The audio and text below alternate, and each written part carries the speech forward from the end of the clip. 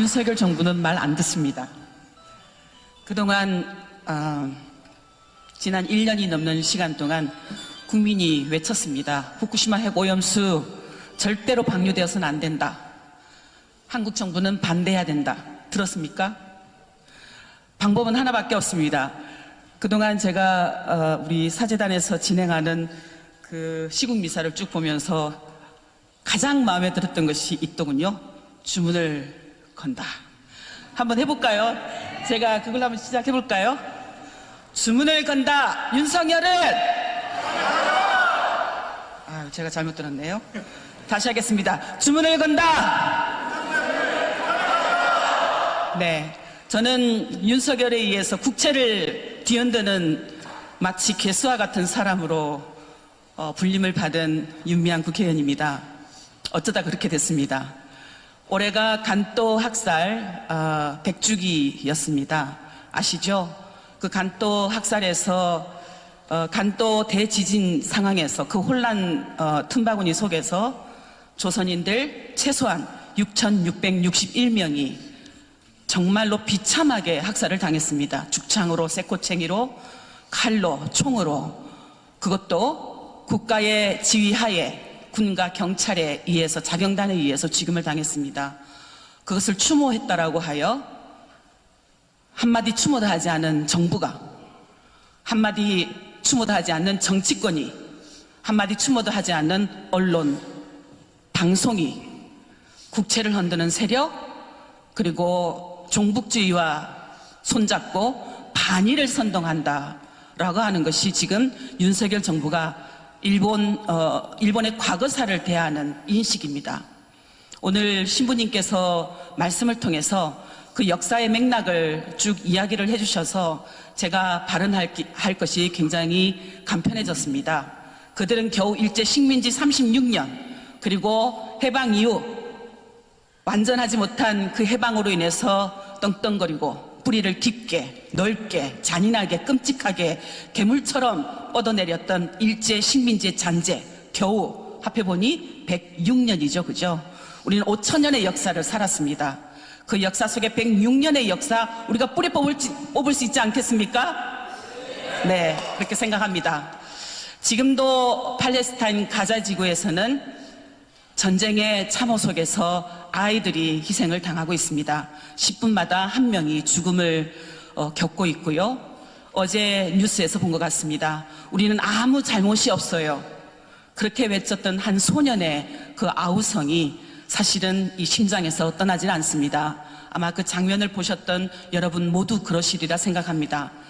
저는 그 절규를 보면서 13살에 평양에서 중국으로 일본군 위안부로 끌려가서 18살에 해방이 되어 집으로 간다 했더니 집이 아닌 인천으로 도착해서 평생 동안 집으로 돌아가지 못하고 분단된 남쪽에서 삶을 살아오셨던 기런옥 할머니의 절규도 보였습니다. 만 14살에 중국으로, 인도네시아로, 말레이시아로, 싱가폴로 아시아 태평양 지역을 끌려다니면서 22살까지 일본군 성노예가 되어서 모진 고통을 겪었던 우리 김복동 할머니의 인생도 그 절규 속에서 보였습니다. 그분들이 말씀하셨던 건 하나였습니다. 다시는 나와 같은 피해를 만들지 말라. 다시는 이 땅에 어떤 전쟁도 있어서는 안 된다. 누구도 사람을 죽이는 그 전쟁 용서받을 수 없다. 라는 메시지들을 그동안 30년이 넘는 동안 본인들이 직접 운동가로 사시면서 말씀을 하셨습니다. 그게 무슨 종북주의 세력입니까? 그게 반국가 세력입니까? 아니지 않습니까? 그렇죠?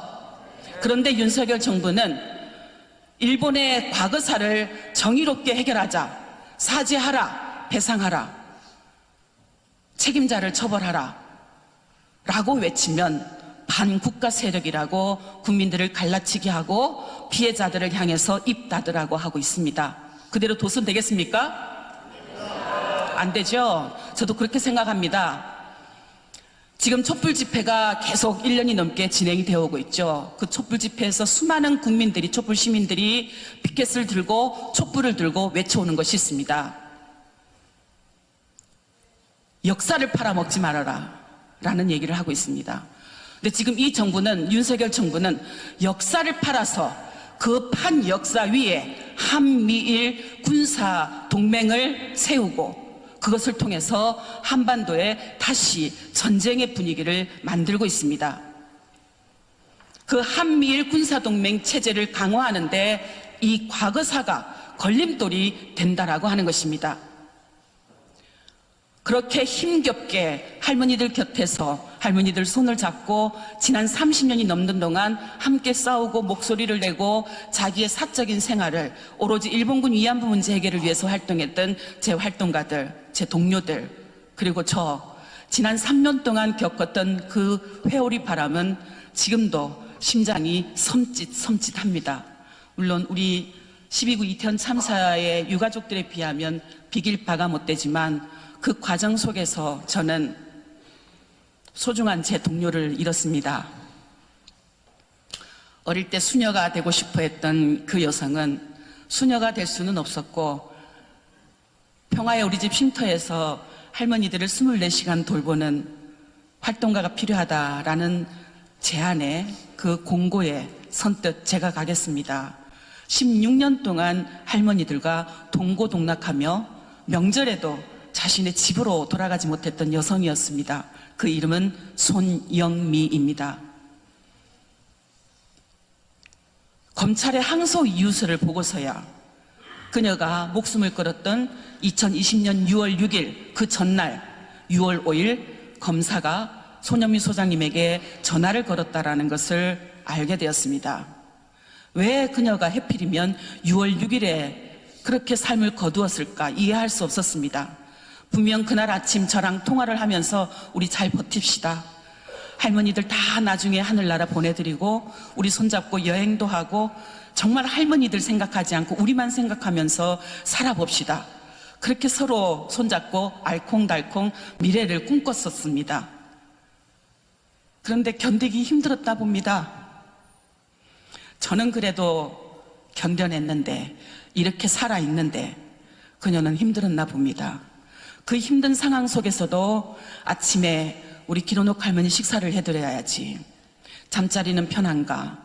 자기 자신의 힘든 것보다도 할머니의 삶의 자리를 챙겼던 그 여성이 그렇게 삶을 거두었는데 제가 지난 3년 동안 재판에서 내내 들은 것은 왜 손영미가 죽었다고 생각하는가였습니다. 항소심 판사가 저에게 피고인 신문을 통해서 물었던 질문을 잊을 수가 없습니다. 마침 그 전날이 손영미 소장의 3주기였습니다. 6월 7일이 재판이 있었고요. 저에게 묻더군요. 왜 손영미가 죽었다고 생각을 하느냐. 순간 검찰의 공소장이 생각이 났습니다. 그들은 검찰의 공소장에는 우리 손영미 소장님도 저도 정대협에서 30년 동안 혹은 20년 동안 혹은 15년 동안 대학을 졸업하고 청춘을 바치면서 활동했던 활동가들은 모두 사적인 이익을 위해서 할머니들 곁에 머무르는 사람들이었습니다. 잡범이요. 아시죠? 요즘 저를 길거리에서 만나시는 분들이 이렇게 이야기를 합니다. 텔레비전보다 훨씬 예쁘네요. 알고 있습니다. 얼마나 텔레비전에서 저를 악하게 그렸게요. 그렇게 이야기를 하면 저에게 그 말을 걸었던 분이 민망해서 웃습니다. 미안합니다. 저도 언론과 텔레비전만 보고 얼마나 욕했는지 몰라요. 그런데 생각해보니 누가 그 할머니들 곁에서 30년 동안 일을 했겠나 생각해보니 뭔가 개인적인 이득을 구하려면 그렇게 할 수 없었겠지. 그런 답으로 저를 오히려 위로해 주시는 시민들을 만나면서 오히려 제가 용기를 얻고 이렇게 다시 저는 부활의 삶을 살고 있습니다. 수많은 시민들의 지지와 연대가 없었다면 저도 제 동료들도 다시 일본군 위안부 문제 해결을 위해서 우리가 나비의 꿈을 펼치자라고 결의하기 어려웠을 것입니다. 다시 촛불의 현장에서 촛불을 들고 촛불 시민들과 함께 우리 역사를 우리가 바꾸자. 정의롭게 세우자. 윤석열이 거꾸로 만들어 놓은 역행시킨 이 역사의 아픔을, 이 부끄러움을, 이 억울함을 다시 올바르게 세워서 그 과거 역사로 인해서 상처를 입은 피해자들은 다시 높이 올려 세우고 그리고 그들과 함께 연대했던 사람들은 기쁨을, 보람을 느낄 수 있도록 하자라고 결의하기 어려웠을 것입니다. 그래서 저는 늘 생각합니다. 여러분, 연대는 희망입니다. 아시죠? 12구 이태원 참사 유가족들과 함께 손잡는 우리의 연대가 있다면 우리 유가족들이 웃을 수 있을 것이고요. 용기를 가질 수 있을 것이고요. 그렇죠? 네, 저도 그랬습니다. 연대가 있었기에 저는 부활했습니다 라는 이야기를 당당하게 합니다. 나를 감옥에 가둬도 저를 또다시 국가보안법으로, 남북교류협력법으로, 혹은 아직도 재판이 여러 개가 있습니다. 우리 기른옥 할머니 노래를 좋아해서 가수가 되셨는데 90에요. 그런데 그들은 저를, 할머니는 노래하기 싫은데 억지로 끌고 다니면서 노래를 시켰다 해서 학대죄라는 게 저에게 붙어 있습니다. 할머니가 주체적으로 정말로 활동을 했는데 평화를 담고 통일도 만들자, 제일조선학교 아이들도 지원하자, 그렇게 목소리를 내셨는데 윤미향의 손에 이끌려서 끌려다닌 할머니로 그런 여러 가지 일들이 아직도 재판에 널려 있습니다. 수사를 받게 될 것이고요. 하지만 겁나지 않습니다. 왜? 우리 신부님들 계시고요. 그렇죠. 사대님들 계시고 우리 촛불 시민들 계시고 세계 각지에서 함께 연대하고 손잡는, 그리고 기도해주는 재외 동포들이 계시기 때문입니다.